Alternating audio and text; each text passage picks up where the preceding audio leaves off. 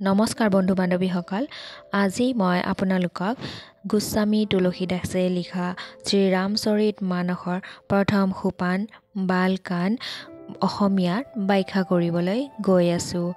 বৰ্ণ, অৰ্থ, ৰস আৰু ছন্দৰ অধিকাৰী আৰু মংগলকাৰী মাতৃ সৰস্বতী আৰু শ্ৰী গণেশৰ মই বন্দনা কৰোঁ। শ্ৰদ্ধা আৰু বিশ্বাসৰূপী পাৰ্বতী আৰু শ্ৰীশংকৰৰ মই বন্দনা কৰোঁ, যিসকলৰ কৃপা অবিহনে সিদ্ধ পুৰুষসকলে নিজৰ অন্তৰত থকা ঈশ্বৰক দেখা নাপায়। জ্ঞানময় নিত্য শংকৰৰূপী গুৰুৰ মই বন্দনা কৰোঁ, যাৰ আশ্ৰয়ত থকা হেতু বক্ৰ চন্দ্ৰও সকলোৰে বন্দনীয়। শ্ৰী সীতাৰামৰ গুণৰাশিৰ পবিত্ৰ বনত বিহাৰ কৰা বিশুদ্ধ বিজ্ঞানসম্পন্ন কবিশ্বৰ আৰু কপীশ্বৰ শ্ৰী হনুমানৰ মই বন্দনা কৰোঁ। উৎপত্তি, স্থিতি, সংহাৰকাৰিণী, ক্লেশহাৰিণী তথা সকলো প্ৰকাৰৰ কল্যাণকাৰিণী শ্ৰী ৰামচন্দ্ৰৰ প্ৰিয়তমা শ্ৰী সীতা দেৱীক মই নমস্কাৰ জনাওঁ।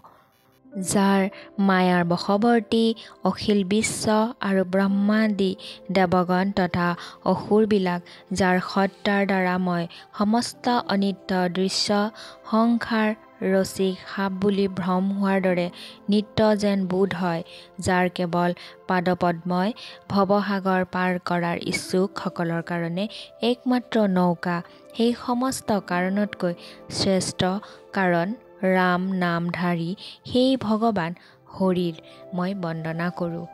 অনেক পুৰাণ, বেদ আৰু শাস্ত্ৰসন্মত তথা যিবিলাক কথা ৰামায়ণত বৰ্ণনা কৰা হৈছে, তাৰ উপৰিও অন্যান্য স্থানত উল্লেখিত শ্ৰী ৰঘুনাথৰ কথা তুলসীদাসে নিজৰ আন্তৰিক সুখৰ কাৰণে অত্যন্ত মনোহৰ ভাষাৰে ৰচনা কৰিছে, যাক স্মৰণ কৰিলে সকলো কাৰ্য সিদ্ধি হয়।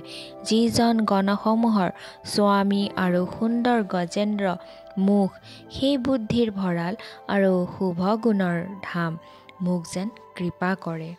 যাৰ কৃপাত বোবাই অতি সুন্দৰকৈ কথা কয়, পংগুৱে দুৰ্গম পাহাৰো বগাব পাৰে। কলিযুগৰ সমস্ত পাপ নাশ কৰা সেই দয়ালুৰ মোৰ প্ৰতি কৰোণা কৰক।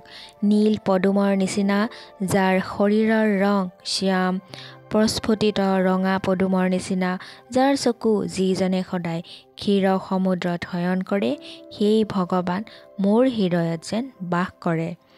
কুণ্ড, ফুল আৰু চন্দ্ৰৰ নিচিনা যাৰ শৰীৰ, শ্ৰী পাৰ্বতীৰ প্ৰিয়তম আৰু দয়াৰ ধাম, যি দীন দুখীয়াৰ প্ৰতি কৰোণাময়, যিজনে কামদেৱক ভস্ম কৰিছে, তেওঁ যেন মোক কৃপা কৰে।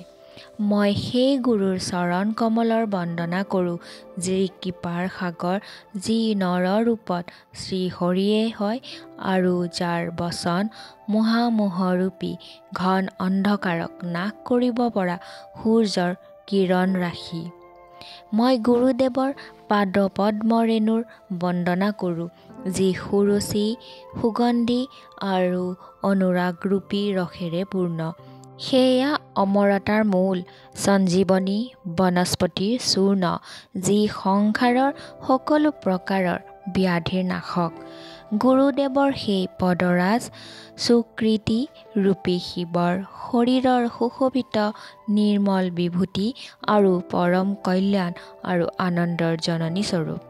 ভক্তৰ মনৰূপী সুন্দৰ দাপোনৰ কলুষতা দূৰকাৰী আৰু তিলক ললে সকলো গুণৰ বশকাৰী। গুৰুদেৱৰ পদনখত জ্যোতি মণিৰ পোহৰৰ সমান, যাক স্মৰণ কৰিলেই হৃদয়ত দিব্য দৃষ্টি উৎপন্ন হয়। সেই জ্যোতিয়ে অজ্ঞান ৰূপ অন্ধকাৰ দূৰ কৰে। সেই জ্যোতি যাৰ হৃদয়ত প্ৰৱেশ কৰে, তেওঁ সঁচাকৈয়ে অতি ভাগ্যৱান। সেই জ্যোতিয়ে হৃদয়ত প্ৰৱেশ কৰিলেই হৃদয় নিৰ্মল চকু মুকলি কৰে আৰু সংসাৰৰূপী ৰাতিৰ দুখ দূৰ কৰে আৰু শ্ৰীৰাম চৰিত্ৰৰূপী মণি মাণিক গুপ্ত আৰু প্ৰকট যিটো য'তেই থাকে সকলো পৰিলক্ষিত হ'বলৈ ধৰে। যেনেকৈ সিদ্ধিৰ অঞ্জন চকুত লগাই সাধক সিদ্ধ আৰু জ্ঞানীসকলে পৰ্বত বন আৰু পৃথিৱীৰ ভিতৰত থকা বিপুল ভাণ্ডাৰ অনায়াসে দেখা পায়। গুৰুদেৱৰ পদৰাজ কোমল আৰু সুন্দৰ নয়নামৃত অঞ্জন, যিয়ে চকুৰ সকলো দুখ নাশকাৰী। সেই অঞ্জনেৰে বিবেক ৰূপ চকু নিৰ্মল কৰি মই সংসাৰৰূপী বন্ধনৰ পৰা মুক্ত কৰা শ্ৰীৰামচৰিত্ৰৰ বৰ্ণনা কৰিব ওলাইছোঁ। প্ৰথমতে অজ্ঞানজনিত সকলো সংশয় হৰণকাৰী ভূদেৱ ব্ৰাহ্মণসকলৰ চৰণৰ বন্দনা কৰোঁ। তাৰ পিছতে সকলো গুণৰ খনি সুধী সমাজক সাদৰেৰে মধুৰ বাণীৰে প্ৰণাম কৰোঁ।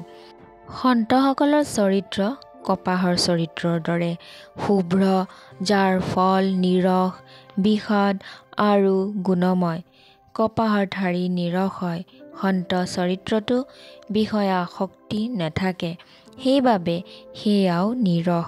কপাহ উজ্জ্বল হয়, সন্তৰ হৃদয়ো অজ্ঞান আৰু পাপৰূপ অন্ধকাৰ হিত হয়। সেইকাৰণে তেওঁ বিশদ। আৰু যেনেকৈ কপাহত গুণ থাকে তেনেকৈ সন্তৰ চৰিত্ৰও সদ্গুণৰ ভাণ্ডাৰ। সেয়েহে কাৰণে তেওঁ গুণময়। যেনেকৈ কপাহৰ সূতা বেজীৰ দ্বাৰা কৰা ছিদ্ৰক নিজৰ শৰীৰৰ দ্বাৰা ঢাকি দিয়ে, অথবা যেনেকৈ নেওঠা সূতা বনোৱা আৰু বোৱাৰ কষ্ট সহন কৰিও কাপোৰ ৰূপত পৰিণত হৈ আনৰ গোপনীয় অংগ ঢাকি ৰাখে, সেইদৰে সন্ত নিজেও কষ্ট সহন কৰি আনৰ ছিদ্ৰ ঢাকি ৰাখে, যাৰ বাবে তেওঁলোকে সংসাৰত বন্দনীয় যশস্যা লাভ কৰে। সন্তৰ সমাজ আনন্দময় আৰু কল্যাণময়। ই ভ্ৰাম্যমান তীৰ্থৰাজ সদৃশ, য'ত সেই সন্ত সমাজৰূপ প্ৰয়াগৰাজত শ্ৰীৰামভক্তৰূপী গংগা মাতাৰ প্ৰবাহ আৰু ব্ৰহ্মজ্ঞানৰ প্ৰচাৰৰূপী সৰস্বতী বিৰাজমান। বিধি আৰু নিষেধ, এয়া কৰা আৰু এয়া নকৰা ৰূপী কৰ্মৰ কথা কলিযুগৰ পাপ নাশকাৰী সূৰ্যতনয়া, যমুনা নদী আৰু ভগৱান বিষ্ণু আৰু সদাশিৱৰ কথা ত্ৰিবেণী ৰূপে সুশোভিত, যিয়ে শ্ৰৱণ কৰাৰ লগে লগে পৰম আনন্দ আৰু কল্যাণ প্ৰদানকাৰী। সেই সন্ত সমাজৰূপ প্ৰয়াগত নিজৰ ধৰ্মত যি অটল বিশ্বাস, সেয়াই হ'ল অক্ষয়বট আৰু শুভকৰ্মই হ'ল তীৰ্থৰাজৰ সমাজ সহচৰ। সেয়ে সন্ত সমাজৰূপ প্ৰয়াগৰাজ সকলো স্থানতে সকলো সময়ত সকলোকে সহজ সুলভ আৰু ইয়াৰ শ্ৰদ্ধাৰে সেৱন কৰিলে সকলো ক্লেশ নাশ হয়। সেই তীৰ্থৰাজ অলৌকিক আৰু অবৰ্ণনীয় আৰু তৎকাল ফলদায়ক, তাৰ প্ৰভাৱ প্ৰত্যক্ষ। যিজনে এই সন্ত সমাজৰূপী তীৰ্থৰাজৰ প্ৰভাৱৰ বিষয়ে প্ৰসন্ন মনেৰে শুনে আৰু বুজে আৰু অতি অনুৰাগেৰে সেই কথাত নিমগ্ন হয়, তেওঁ এই শৰীৰ থকা অৱস্থাতে ধৰ্ম অৰ্থ কাম মোক্ষ এই চাৰিও ফল লাভ কৰে। এই তীৰ্থৰাজ প্ৰয়াগত স্নান কৰাৰ ফল তৎক্ষণাৎ দেখিবলৈ পোৱা যায় যে কাউৰী কুলি হয় আৰু বগলী ৰাজহাঁহ হৈ যায়। এয়া শুনি আচৰিত নহবা, কিয়নো সৎসংগৰ মহিমাৰ কথা গোপন নহয়। বাল্মীকি, নাৰদ আৰু অগস্ত্য মুনিয়ে নিজৰ জীৱন বৃত্তান্ত নিজে নিজেই ব্যক্ত কৰি গৈছে। জলচৰ, স্থলচৰ আৰু আকাশত বিচৰণ কৰা নানান প্ৰকাৰৰ যিমানবিলাক জড় চেতন জীৱ এই সংসাৰত আছে, তেওঁলোকৰ যিজনেই যেতিয়াই য'তেই যিকোনো যত্নেৰে বুদ্ধি কীৰ্তি সদ্গতি বিভূতি ঐশ্বৰ্য আৰু যশ পাইছে, সেয়া সৎসংগৰ প্ৰভাৱতহে পাইছে বুলি বুজিব লাগে। সেয়া লাভ কৰাৰ অন্য কোনো উপায় বেদ তথা লৌকিক শাস্ত্ৰত নাই। সৎসংগ অবিহনে বিবেক জাগ্ৰত নহয় আৰু শ্ৰী ৰামচন্দ্ৰৰ কৃপা অবিহনে সৎসংগ সহজলভ্য নহয়। সৎসংগই হৈছে আনন্দ আৰু মংগলৰ মূল। সৎসংগৰ সিদ্ধি সেয়ে হ'ল ফল আৰু সকলো প্ৰকাৰৰ সাধনাই হ'ল ফুল। দুষ্ট প্ৰকৃতিৰ লোকসকলো সৎসংগ পালে ভাল হৈ যায়। যেনেকৈ পৰশমণিৰ স্পৰ্শত লোহাও সোণ হয়, কিন্তু দৈৱৰ বিপাকত পৰি যদি সৎ লোকো কেতিয়াবা অসৎ সংগত পৰে, তেতিয়া তেওঁলোকো সৰ্পৰ মণিৰ নিচিনাকৈ নিজৰ গুণৰ অনুসৰণ কৰে। অৰ্থাৎ যেনেদৰে সৰ্পৰ সৎসংগত থাকিও মণিয়ে তাৰ বিষ গ্ৰহণ নকৰে তথা নিজৰ স্বাভাৱিক গুণ উজ্জ্বলতা নেহেৰুৱাই, ঠিক তেনেদৰেই সাধু পুৰুষ দুষ্টসকলৰ সংগ কৰিও আনক প্ৰকাশহে দিয়ে। তেওঁলোকৰ ওপৰত দুষ্টসকলৰ কোনো প্ৰভাৱ নপৰে। ব্ৰহ্মা বিষ্ণু শিৱ আৰু পণ্ডিতসকলৰ বাণীয়েও সন্তৰ মহিমা বৰ্ণনা কৰিবলৈ সংকোচবোধ কৰে। সেয়া মই তেনেকৈ ক'ব নোৱাৰোঁ, যেনেকৈ শাক পাচলিৰ ব্যৱসায়ীয়ে মণিৰত্নৰ গুণৰ কথা ক'ব নোৱাৰে। মই সেই সন্তসকলক প্ৰণাম কৰোঁ, যাৰ অন্তৰত সমতা থাকে, যাৰ কোনো বন্ধু আৰু শত্ৰু নাই। যেনেকৈ অঞ্জলিত থকা সুন্দৰ ফুলে যি হাতেৰে ফুল তুলিলে আৰু যি হাতত ফুল থলে সি দুয়োখন হাতকে সমানেই সুগন্ধিত কৰে, তেনেকৈ সন্তসকলে শত্ৰু মিত্ৰ উভয়ৰে কল্যাণ সাধন কৰে। সন্তসকলৰ সৰল হৃদয়ী আৰু জগতৰ হিতকাৰী। তেওঁলোকৰ এনে স্বভাৱ আৰু স্নেহৰ বিষয়ে জানি মই অনুনয় বিনয় কৰোঁ। মোৰ এই বালকৰ নিচিনা অনুনয় বিনয় শুনি তেওঁলোক কৃপাপৰৱশ হয়। শ্ৰীৰাম চৰণত মোৰ অনুৰাগ প্ৰদান কৰক। এতিয়া মই আন্তৰিকতাৰে দুষ্ট লোকসকলক প্ৰণাম কৰোঁ। যিকোনো প্ৰয়োজন নথকাকৈ উপকাৰ কৰা সকলোৰে প্ৰতিও প্ৰতিকূল আচৰণ কৰে, আনৰ অহিত কৰাই যাৰ দৃষ্টিত লাভ, আনৰ ক্ষয় ক্ষতি হ'লে যাৰ হৰ্ষ হয় আৰু আনৰ সুখ সম্পত্তি বাঢ়িলে বিষাদগ্ৰস্ত হয়। যি হৰি আৰু হৰ যশৰূপ পূৰ্ণিমাৰ চন্দ্ৰৰ কাৰণে ৰাহুৰ সমান, অৰ্থাৎ য'ত ভগৱান বিষ্ণু অথবা শিৱৰ যশৰ গুণ গান হয় তাত বাধা দিয়ে, আৰু পৰৰ হানি কৰাৰ কাৰণে সহস্ৰ বাহুৰ সমান বীৰ, যি পৰৰ দুখ হাজাৰ চকুৰে দেখে আৰু পৰৰ হিতৰূপী ঘিউৰ বাবে যাৰ মন মাখিৰ সমান, অৰ্থাৎ যেনেদৰে মাখিয়ে ঘিউত পৰি ঘিউ নষ্ট কৰে আৰু নিজেও মৰি যায়, তেনেদৰেই দুষ্ট লোকেও নিজৰ হানি কৰিও আনৰ সফল কামৰ অনিষ্ট সাধন কৰে। যি আনক জ্বলাই দিয়াৰ তাপত অগ্নি আৰু ক্ৰোধত যমৰজাৰ সমান, পাপ আৰু অৱগুণৰূপী ধনত কুবেৰৰ সমান ধনী, যাৰ বৃদ্ধি সকলোৰে অহিত কৰাত কেতুৰ দৰে, আৰু যি কুম্ভকৰ্ণৰ দৰে শুই থাকিলেও মংগল। যেনেকৈ শিলাবৃষ্টিয়ে খেতি নষ্ট কৰি নিজেও গলি শেষ হয়, তেনেকৈ দুষ্ট লোকৰ আনৰ অনিষ্ট সাধন কৰি নিজৰ শৰীৰৰ পৰ্যন্ত ত্যাগ কৰে। মই দুষ্ট লোকসকলক শোষণগাৰ সমান বুলি ভাবি প্ৰণাম কৰোঁ, যিয়ে আনৰ দুখ সহস্ৰ মুখেৰে ক্ৰোধে বৰ্ণনা কৰে।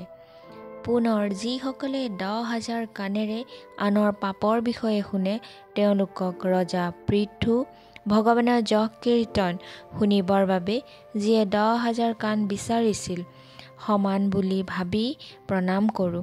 আকৌ যিসকলে সুৰা ভাল আৰু হিতকাৰী বুলি সেৱন কৰে, তেওঁলোকক ইন্দ্ৰৰ সমান ভাবি মিনতি কৰোঁ। ইন্দ্ৰৰ বাবেও সুৰাণিক অৰ্থাৎ দেৱতাসকলৰ সেনা হিতকাৰী। যিসকলে কঠোৰ বচনৰূপী বজ্ৰ সদায় ভাল পায় আৰু সহস্ৰ চকুৰে আনৰ দুখ দেখে। দুষ্ট লোকৰ ৰীতি হ'ল শত্ৰু মিত্ৰ উদাসীন। যি ব্যক্তিয়েই হওক কাৰোবাৰ হিতৰ বিষয়ে শুনিলেই নিজে জ্বলি পুৰি মৰে। এই কথা জানিয়েই হাতযোৰ কৰি প্ৰীতিৰে তেওঁলোকক মই মিনতি কৰিছোঁ। মই মোৰ ফালৰ পৰা স্তুতি মিনতি কৰিছোঁ, কিন্তু দুষ্ট লোকে জানো কেতিয়াবা ভুল যাব। অতি মৰমেৰে পোহপাল দিলেও কাউৰী জানো কেতিয়াবা নিৰামিষ আহাৰী হ'ব। এতিয়া মই সাধু আৰু অসাধু দুয়োৰে চৰণ বন্দনা কৰোঁ। উভয়েই দুখদায়ক, কিন্তু তেওঁলোকৰ মাজত কিছু প্ৰভেদ আছে বুলি কয়। সেয়া হ'ল, এজনে সাধুজনে এৰিলে প্ৰাণ হৰণ কৰে আৰু আনজনে অসাধুজনে লগ পালে অতিশয় কষ্ট দিয়ে। অৰ্থাৎ সাধুসকলৰ বিয়োগ আৰু অসাধুৰ মিলন মৃত্যুৰ সমান দুখদায়ী। সাধু অসাধু দুয়ো সংসাৰত একেলগে জন্ম লয়, কিন্তু পদুম ফুল আৰু জোকৰ দৰে তেওঁলোকৰ গুণ পৃথক পৃথক। পদুম ফুলৰ দৰ্শন আৰু স্পৰ্শই সুখ প্ৰদান কৰে, কিন্তু জোকে আমাৰ শৰীৰৰ স্পৰ্শ কৰাৰ লগে লগে তেজ শুহিব ধৰে। সাধু পুৰুষ অমৃত তুল্য, মৃত্যুৰূপী সংসাৰৰ পৰা উদ্ধাৰ কৰোঁতা, আৰু অসাধু মদৰ সমান, মোহ প্ৰমাদ আৰু জড়তা উৎপন্নকাৰী। দুয়ো উৎপন্ন হয় একেই সংসাৰৰূপী অগাধ সমুদ্ৰৰ পৰা। শাস্ত্ৰত অমৃত আৰু মদ দুয়োৰে উৎপত্তি সমুদ্ৰ মন্থনৰ পৰা হোৱাত বৰ্ণনা আছে। ভাল আৰু বেয়া নিজৰ নিজৰ কৰ্ম অনুসৰি যশ আৰু অপযশৰ সম্পদ লাভ কৰে। অমৃত, চন্দ্ৰমা, গংগা মাতা, সাধু আৰু বিষ, অগ্নি, কলিকালৰ পাপৰ নদী অৰ্থাৎ কৰ্মনাশ আৰু হিংসাকাৰী ব্যাধ, এই সকলোবিলাকৰ গুণ দোষ সকলোৱে জানে, কিন্তু যাৰ যিটো ভাল লাগে তাকেহে গ্ৰহণ কৰে। সৎ লোকে শ্ৰেষ্ঠতা গ্ৰহণ কৰে আৰু নিজ ব্যক্তিয়ে নীচতা গ্ৰহণ কৰে। অমৃতৰ প্ৰশংসা অমৰত্ব প্ৰদান কৰিলে আৰু বিষৰ প্ৰশংসা প্ৰাণ নাশ কৰিলেই হয়। দুষ্টৰ পাপ আৰু অৱগুণৰ আৰু সাধুসকলৰ গুণৰ কথা উভয়েই অপাৰ গভীৰ সমুদ্ৰৰ নিচিনা। চিনি নাপালে গ্ৰহণ কৰা বা অগ্ৰাহ্য কৰা কঠিন হয়। সেইবাবে কিছু দোষ গুণৰ বৰ্ণনা কৰিলোঁ।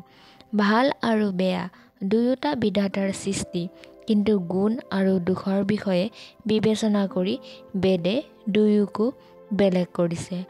বেদ, ইতিহাস আৰু পুৰাণে কয় যে বিধাতাৰ এই সৃষ্টি গুণ অৱগুণ দুয়োতে লিপ্ত। দুখ সুখ, পাপ পুণ্য, দিন ৰাতি, সাধু অসাধু, সুজাতি কুজাতি, দানৱ দেৱতা, উচ্চ নীচ আৰু অমৃত বিষ, সুজীৱন মানে সুন্দৰ জীৱন, আৰু মৃত্যু, মায়া, ব্ৰহ্ম, জীৱ ঈশ্বৰ, লক্ষ্মী অলক্ষ্মী, ৰজা দৰিদ্ৰ, কাশী মগধ, গংগা কৰ্মনাশা, মাৰাৱাৰ মালৱা, ব্ৰাহ্মণ কচাই, স্বৰ্গ নৰক, অনুৰাগ বিৰাগ, এই সকলো পদাৰ্থ ব্ৰহ্মাৰ সৃষ্টিয়েই আছে। বেদ আৰু শাস্ত্ৰই সেইবিলাকৰ গুণ অৱগুণৰ বিভাগ কৰি দিছে। আজিৰ এই শ্ৰীৰামচৰিত মানস প্ৰথম সোপান বালকান ইয়াতে সামৰণি মাৰিলোঁ। আগলৈ মই আকৌ শুনাই যাম। যিসকল ব্যক্তি মোৰ এই চেনেলটোত নতুনকৈ আহিছে তেওঁলোকে এই চেনেলটো ছাবস্ক্ৰাইব কৰি ৰাখিব, তেতিয়া এই ৰামচৰিত মানসখন সম্পূৰ্ণকৈ আপোনালোকে শুনি থাকিবলৈ পাৰিব। তেনেহ'লে আজিলৈ আহিছোঁ, ধন্যবাদ।